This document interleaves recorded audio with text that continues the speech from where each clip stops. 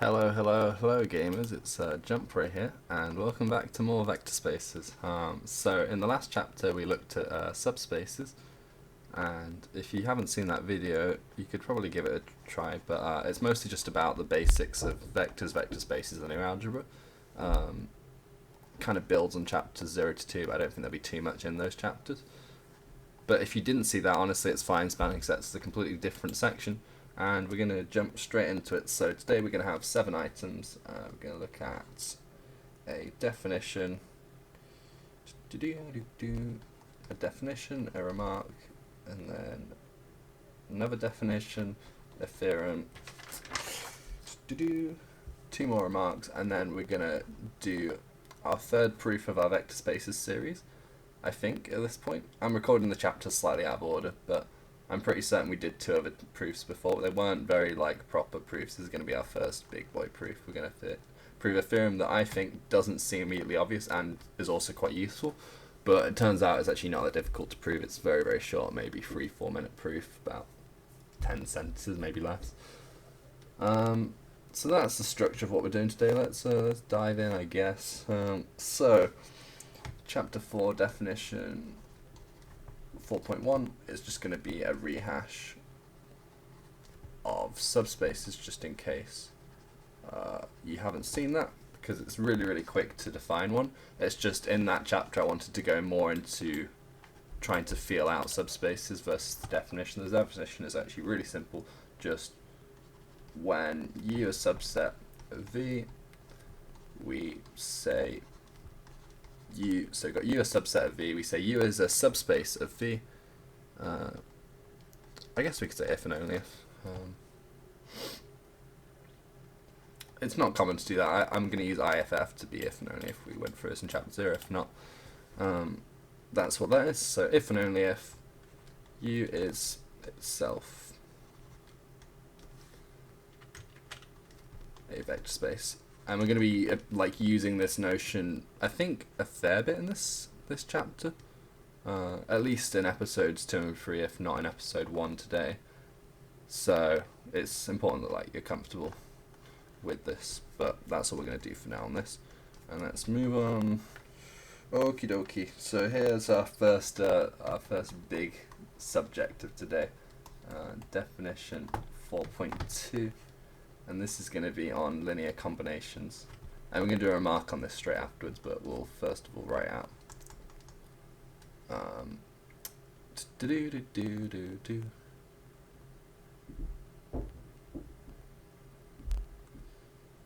am I doing? Alright, definition 4.2. So what happens here is we are saying for linear combinations, take I'll write consider maybe. Consider a set of vectors. And we're not using this word loosely. We don't mean just any old collection of vectors. It's kind of, it helps that we're using the set object, so it means that each element inside the set is unique, and that will be useful later. Right now it's not that important of a point, but later on distinguishing between just a set of things and a collection of things will be useful when talking about linear combinations, especially when we're doing spanning sets, which is the whole point of this chapter. That's actually really small. I might make that a little bit bigger for presentation purposes.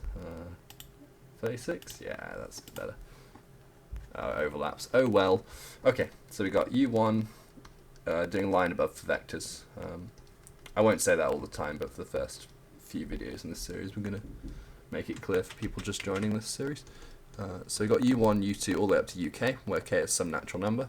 So if k was, say, 18, this would be U1, U2 all the way up to U16, 17, and then U18. But this can be any natural k. So we got this of V. I think V can just be any set of vectors, so we'll just leave it like that. It's maybe not the clearest, but then we say, oh, that's that for clarity. Let's say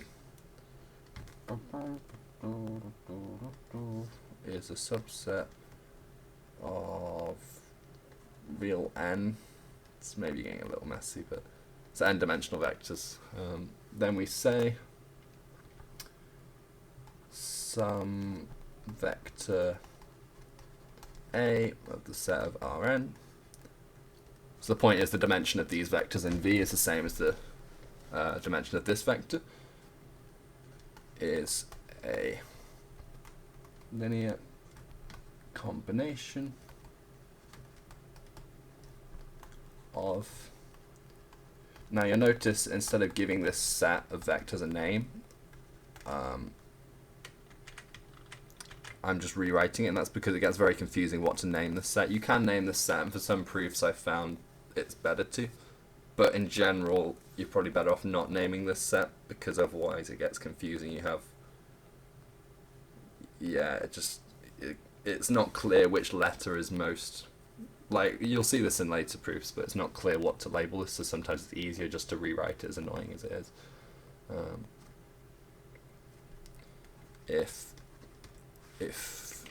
We'll say if,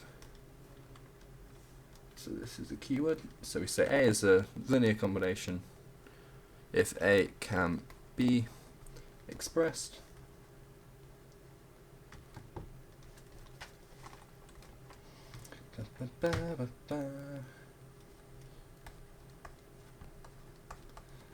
plus lambda 2 u2. Oh, I haven't even said k's of naturals. We should do that. Ooh. We'll put over here in a box k's of set of naturals. It's not that important a detail, but you should define variables you use, so we'll define that k is some natural number. So I'll look to uk. So for every vector in this set, we've got a scalar, and we'll say that now.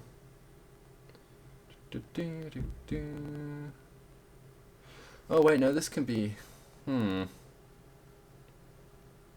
Oh, this is fine. This is fine. Technically, this does generalize to more than real number element vectors, but this is fine. And also, it might make more sense to put A at the beginning. So we'll say if A can be expressed like this. And I was going to say the scalars of a field, but I think I need to say they're of reals because of the way I phrased it, but that's fine. It's not a problem. Okay. And this is just a definition. This isn't something you can prove. This is just what we call it. Now, I want to make two remarks on this because I think it's not immediately clear. I'm breaking my plan structure ever so slightly here because I think there's another remark I should put here. Because this won't be true. So this is chapter 4. In chapter 6, we're going to look at bases. And in that case, linear combinations, like, we think about them quite differently to here. So this is a very fundamental form of linear combinations, but later on we're going to look at specific forms of it. So remark, the linear combination is not unique. And I think I'm going to do this, yeah, episode 2, we're going to do some worked examples, and then we'll see like an example of when a linear combination isn't unique. We're going to do a lot of theory today, we're going to prove the theorem today, but on episode 2 we can look at this remark 4.3 in more detail. Essentially, linear combination is not unique. This is quite key. So in other words, this combination of lambda 1, lambda 2, lambda k, there could be another combination of those numbers such that this multiplying these scalars by these vectors and adding together still equals a, but we're using different scalars. So that's remark 4.3. And then remark 4.4, just because I wanted to connect linear combinations to something you've seen before, because otherwise it's kind of up in the air. I know when I first saw this, I was like, here, what's going on here? Because it seems very familiar and not familiar at the same time. So just to sort of clarify, it is sort of familiar. There's one example of linear combinations you've probably seen before is with vector multiplication. Sorry, not vector multiplication, matrix multiplication. Let's say we have a 2 by 2 square matrix, and we multiply it by a column vector x, y. When we get our results ax plus by, and we get our results cx plus dy, you'll notice that this is indeed a linear combination of x and y. And actually, if you do any matrix multiplication where it's legal to do so, because the dimensions match, then the elements in the resulting matrix are going to be linear combinations of some kind. So this is just worth linking it together. We're actually not going to be using this fact yet.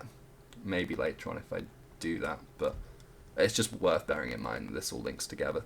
But we're going to be using linear combinations for a slightly different purpose. I don't know if we're using them in this episode per se, but at some point we will, and it's just a definition that needs to be known.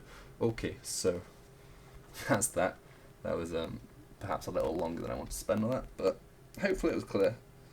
Okay. Where am I? Oh, here's a fun definition. Alright, the key definition of this chapter. Definition 4.5. I hope I do it justice. We'll, hope for the best. Spanning set. I'm not even going to put it in brackets, that's how fundamental it is, like I usually do with names.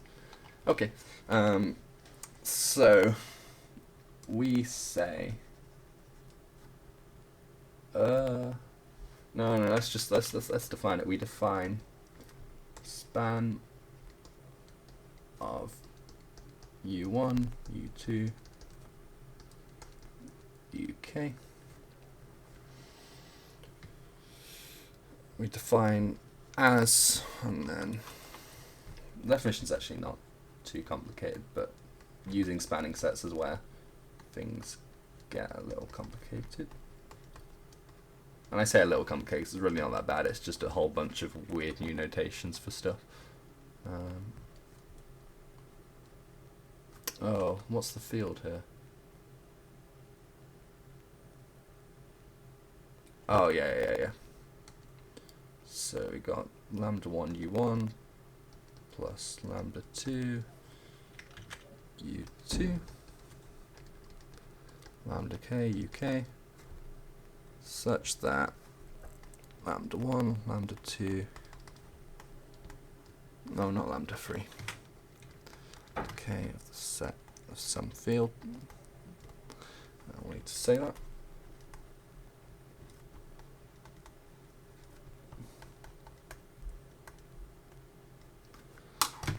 I want to check that. I don't see why it has to be over reals, but I don't want to get this wrong for no reason.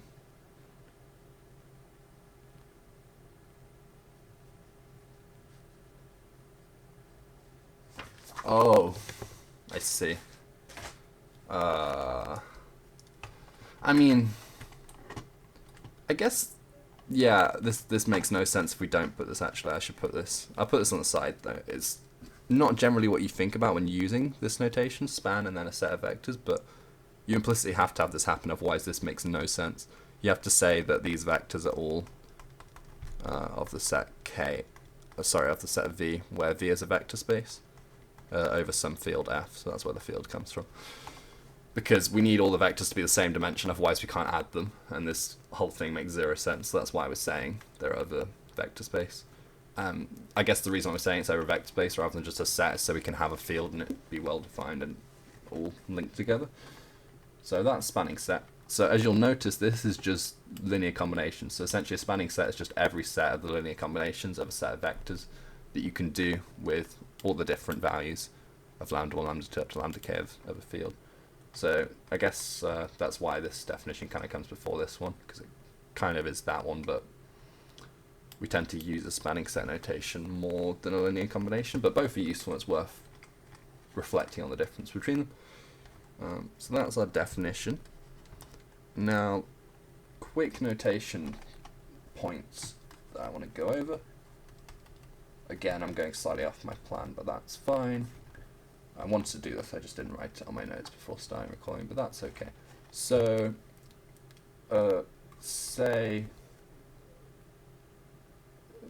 let's just say U is some subset of V. Again, because these vectors are all of V and we know about vector space, when you add and multiply, it will also be a V.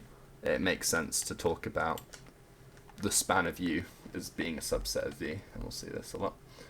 If that didn't fall in, don't worry, you'll see this over and over again if you watch all 4 episodes of this chapter, but if not, eventually it will click why we're doing this as such a fundamental thing. Because it might seem that we could say U equals span without U being a subset of V, but in reality it needs to be a subset of V. So we write U equals span of that That's one notation we could use, or we could do, we could say let set A equal U1, U2 up to UK, and then with this notation we could say span of A with these brackets equals U. So that's another thing. We could say that A is a spanning set, sort of for U. There's just all different ways of expressing the same notion when U equals span of a thing.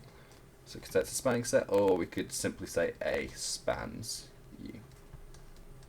So there are a number of different ways, and of course we can sew our A with our U1, U2 all the way up to UK notation. These are obviously interchangeable because we said they're equal. So those are some notation points. I can't remember which notation I tend to use more, but you kind of need to know all of them. So I think if this doesn't immediately, like if you're not amazing with notation, it doesn't click immediately, you could maybe write these down on some paper to help them click. But hopefully it should be pretty clear. And I'll probably say it in words, like talking what each notation is as I use it. I think I like this notation because it's quicker, but I kind of use each of them. Because writing proofs gets boring, so to make it less boring, you can switch up the notation. But the proof today isn't too bad, and hopefully I can make the proofs not too boring. Okay, let's just move on before everyone falls asleep or something. I don't know. It's quite dense. Oh good, we get to actually look at the theorem which we're going to be proving today, which is good. And then we're going to make a few remarks, and then we're going to end the video there, lol, and then worked examples next episode. Okay, theorem 4.7, let's do it. Alright, so I mean this is kind of implicit in theorems, but I don't usually do this, so we're going to first define some mathematical environment, I suppose, and then we're going to say what the theorem states using what we've defined in this environment thing. So suppose I looked at this notation in my subspaces video, but I'm going to use this to be, suppose there's a vector space V over field F. Oh, actually, no, we're doing it over the reals because why not? Just because the reals is more friendly to think about than over any field, but this works for any field. So we've got some vector space. We got some vectors as we've had in our definitions. U2, UK of the set. Now K is a natural, but that's kind of implied at this point, so I'm not going to bother writing it. Oh no, for completion's sake. Let's do it. Let's dump over here again. I'm going to define K again in my proof, but that's fine. So we've got some vectors of V, which is a vector space. Let's say that U equals span. We'll just look at this notation. So we could expand this out, and that's probably a good exercise, as this span notation expands out to this. So we could have just dumped this here, so U equals this instead. I know it's a bit messy, but hopefully you kind of see what I'm getting at here. This is just notation for that. So this isn't some fancy mathematical impossibility, this is just making it shorthand for this notation. It's worth bearing in mind. Okay, so equals span of U1, U2. And in fact, I don't think the original proof I had planned links this to this, but it probably should. So I'll maybe write the proof I had planned and then maybe adapt it for that, or just see why maybe I don't have to. But that's in a second. Let's just first of all finish writing out this theorem. One thing at a time, sorry. And then there's one other environment thing which we're not actually going to use for this theorem, but I'll explain why I've put this very shortly in about maybe 2-3 minutes time. So we're going to have, suppose U tilde is a subspace of V, and these vectors belong to U tilde as well as them belonging to V. And notice we've not said anything about U being a subset of V, but well, that's a good point.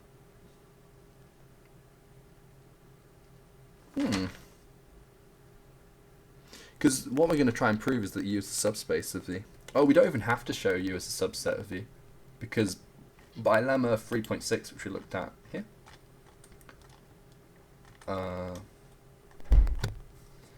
we found that this is, yeah, because I didn't prove this. Maybe I should go back and make another episode on chapter 3 where I proved this. But the point is we don't even have to show U as a subset of V. As long as this holds, which is what we're going to use to prove this, then we automatically have, further than it being a subset, U as a subspace of V. So our theorem is, all it needs to hold are those three conditions here. And given those three conditions hold, then we say that U is a subspace of V. And when we look at the proof, this will seem fairly obvious, but when you first see it, at least for me, when I first saw it, I was like, "Hey, what's going on?" But it's not so bad. So before we jump into proving it, like I said at the start, we're going to look at two quick remarks.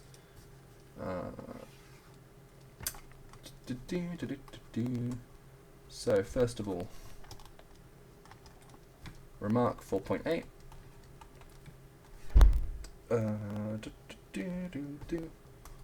Given the, and we'll just write out the symbol A's, given the definitions slash defining slash environment here. So given these 4 points, there's actually two more similar results to this that follow that we're not going to prove here, but I'll prove in episode 3 of this chapter. That's what I was planning to do, unless I change my mind, but it's pretty certain it'll be there. So given the definition of theorem 7.6, the following results also follow.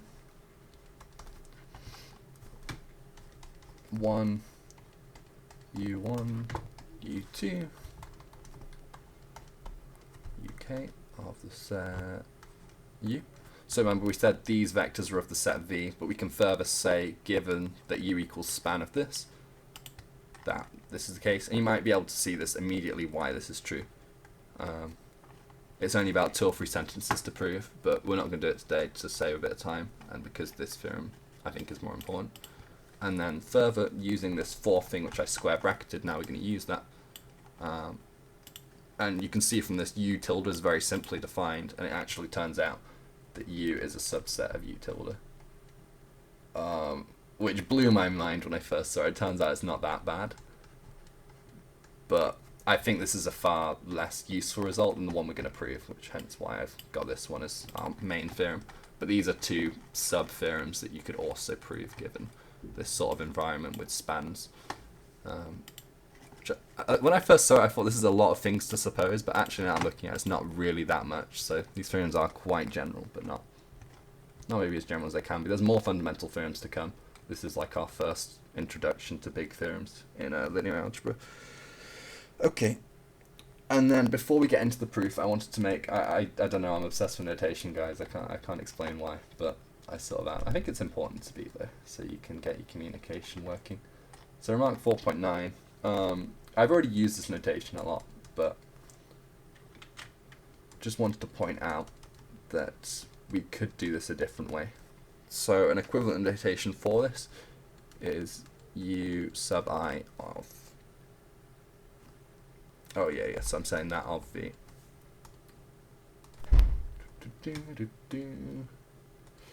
Okay, so we've got UI of the set V such that I is of the set natural.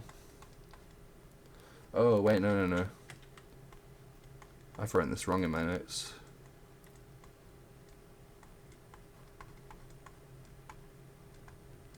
And then K of the set natural. So you could write it like this, and this, using this ... in maths, it gets done all the time. But I think, honestly, avoid if you can.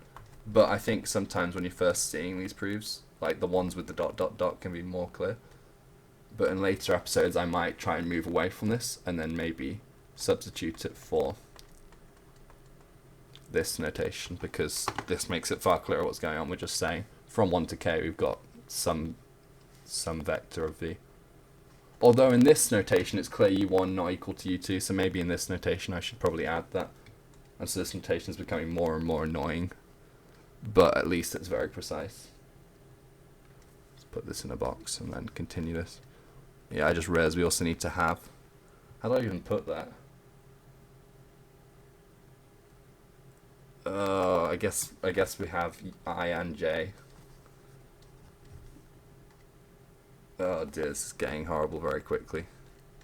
So we've got I of J, Ui, not equal to Uj, when I not equal to J. Maybe, I'd have to think about that maybe. I didn't even notice this small logical hiccup. Because we want U1 to UK to all be different from each other.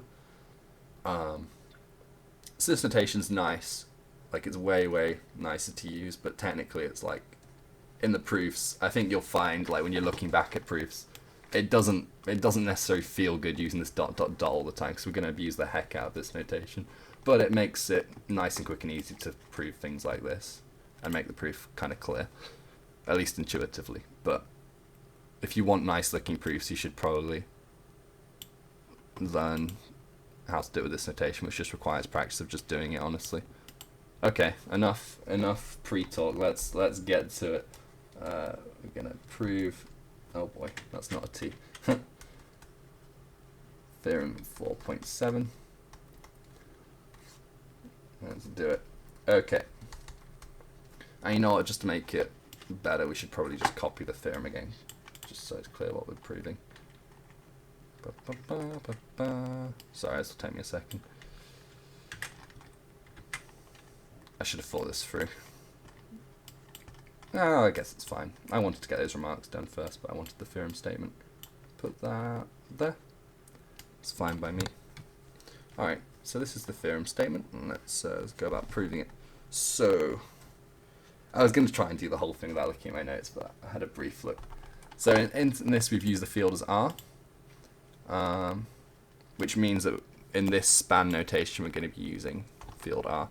So to make it clear that although we're thinking about it in terms of reals, but it works for any field, it's going to look a bit weird, but we're going to just say let our field symbol equal the reals. And then any time I refer to the reals, we'll use this F symbol, so when you look back over this proof, it's clear it actually works for any field. I'm going to be doing this a bit because I think it's the clearest way to think about reals, but understand that this argument works for any elements of the fields. Of a field. Any object as long as it's a field. Okay, so what we're trying to do, I think it helps to have like a little statement saying what you want from the proof. So we want u of v. So let's say if u did b of v, what would happen? Then, oh no, this is not clear. It'd be better if I put for, because if implies we're doing some conditional logic, which we're not. We're just saying what we want. So for u as subspace of v, we require, and then what we require is from lemma 3.6, I think I mentioned that's what we were going to be using here. In fact, we could see it right here. We want u plus lambda v of u for all uv of u for all lambda of f. But here, because the notation is going to come crowded if I don't do this, we require, I'm going to use symbols a plus, oh, what's this symbol called? Oh yeah, gamma b of the set of u for all a b of u for all oh yeah, for all lambda of the set of the field. Alright, so that's what we require, and so to do this, making sure lambda of the field is very simple. We just say it, b of the field, but we need to set up a and b such that of u. And so far in our definition, we haven't got any examples of vectors that are in u. We only have the u equals span of this. So in fact, here we're going to expand out the definition. So this makes my proof a bit longer, but for clarity and just to make sure it connects in my viewers' heads, I think I'm going to just recall by definition. And I'm going to use this notation just to bring all the pieces together. Span of u, all it means is that we have, oh no wait, this isn't span of u, it's span of this thing. So span of u. In fact, that's not even clear anymore. Let's just write span.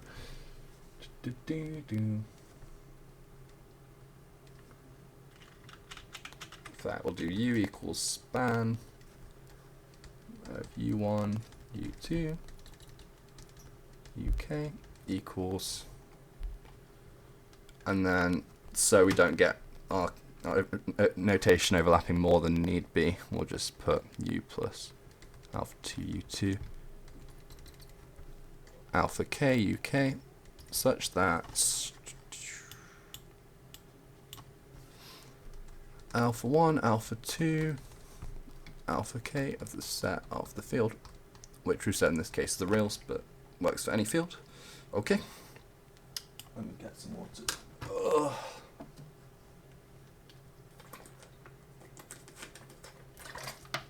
Okay, back to it. So now we've recorded that. So because this is what it means to be a span, it means that any vector that belongs to U, which is span of this set, is going to be of this form. And so we're going to use that in a second, but first of all we're just going to bind some variables, as we call it as functional programmers. I don't know what you call it in maths, but you've seen this before, guys. You know, where you have like you have let lambda 1, let lambda 2, dot dot dot, lambda k of the set of fields. So we just say these are any values that are in the field. And then we're also going to let, what symbol did I use? Oh yeah, I think with linear algebra and these dense proofs, mathematicians tend to use nu, so out of convention I'll use it too, but you can use any symbol really. So we've got nu, I mean you can call it nu, if I'm wrong just let me know in the comments. It's either mu or nu, but I think it's nu. Whatever. It looks like this anyway. K of field, and this is a really critical point which can become very confusing if not. So that's why I'm going to put it here, even though we've already defined k, let's define it again. Say k of naturals. So what this means is because it's the same k in here and here, that's why I've kind of put it in the same sentence here. It means we've got the same number of lambda scalars as nu scalars. That's going to be important for this proof. It wouldn't work if that wasn't the case. So be sure to not overlook this point and just use some other variable that has to be k in both cases. Okay. Then finally we're going to do one more of these type things. We're going to say let lambda a field, so that way we satisfy from lemma 3.6. Oh, I should put that here actually. We require this, and the reason why we require this for U to be a subspace of V is by lemma 3.6, which is simply this entire statement is essentially lemma 3.6. You don't have to actually go back to it in the notes. You can just we've written it here. Okay. So these are variables we're working with. We've expanded the notation of span, and so finally, well not finally, but our next step is we're going to say, we're now going to set up our A and B vectors. So we're going to say let A equals, and we're going to use these variables we just constructed. So lambda 1u plus lambda 2u2. And remember, this dot dot dot isn't just any old thing. This actually means we can just choose a k of natural in any case, and this argument holds as the idea. So if it was a k equals 10, we actually have u3, u4, u5 up to u10. It's just because we don't know what k is, we need to use this generalized dot dot dot notation. There are better ways to write this, but this just makes it nice and quick and easy. It's kind of quite clear what's going on because people are used to seeing the dot dot dot notation in maths.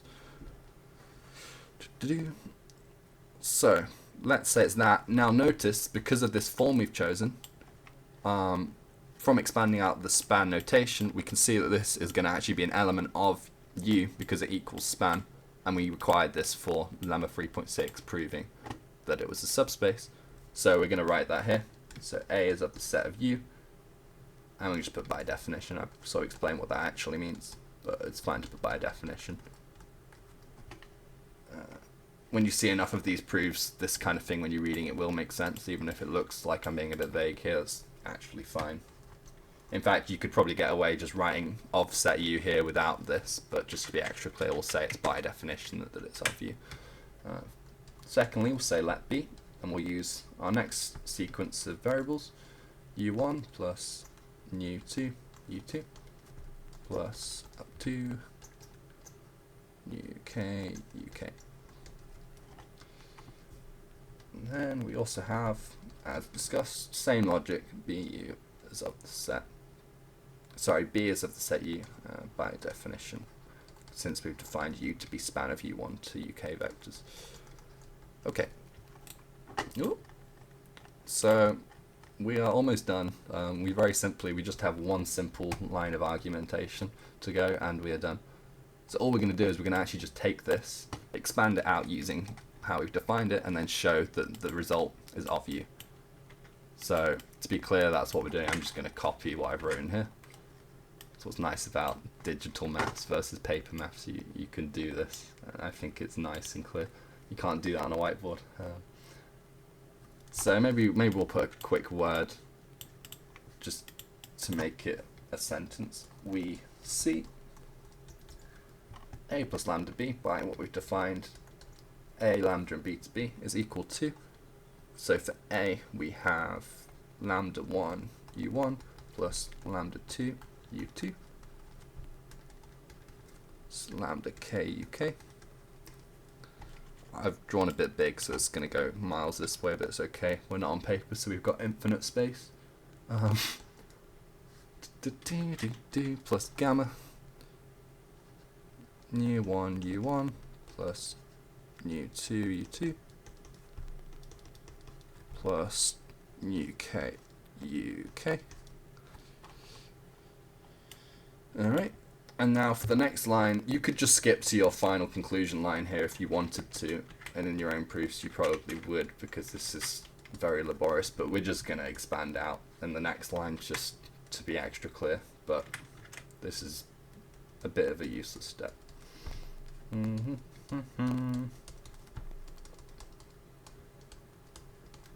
I'll do it as quickly as I can. There is going to be an interesting thing here on here, kind of. It's kind of important to note how expanding works, and this whole thing works because of so because these are elements of a vector space, one of the axioms of a vector space makes sure this property, I think this is mixed, I mean, is this just regular, it's either mixed distributivity or regular distributivity. The point is the lambda multiplies by all of them, and this doesn't have to be reals. In the case of reals this makes sense, but this works by any field because of these elements u1, u2 up to uk being of a vector space. Worth noting. If that's confusing, just ignore it. It's not an important detail. It's just I just noticed it myself. That's why I said it. I hadn't really thought about it before.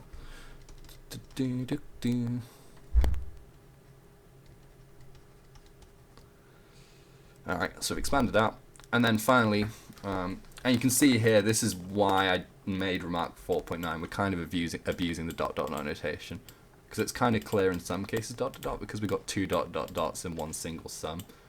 It's like horribly messy. You could do this with summation form. You could do this a number of ways that make it more rigorous, but this makes it clear what's going on at least, and I think it's not ambiguous,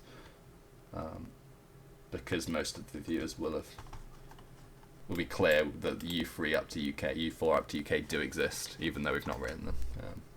So what we can do is collect like terms. So we can take the coefficients of U1, we can take the coefficients of U2, etc. up to UK.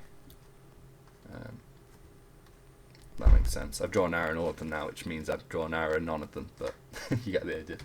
Okay, so we've got lambda 1 plus, and then this thing. Maybe I'll use colours to make it clear. I see no reason why not. So we've got lambda 1, we've got lambda 1 u1. What other colours do we have to work with? Ooh, let's use a green. So we're going to have the lambda 2 connect up with the gamma mu2. And then we'll use a rainbow colour. Whoa. Oh, how fancy. So we got lambda k and we got gamma nu k. Okay, I've got very distracted there. Cool. So let's write out what we're actually doing. U1 plus lambda 2 plus gamma. And for a lot of people, they would have rushed ahead and finished this proof, and that's fine. But I just want to be extra clear in case it wasn't, because there is a little bit of weird notation going on here. But I guess I essentially wanted to point out that this theorem at first may have seemed like impossible, but actually working through it slowly it's fine. And that's a lot of linear algebra proofs like this. It seems bad, but you work through it slowly and it's fine.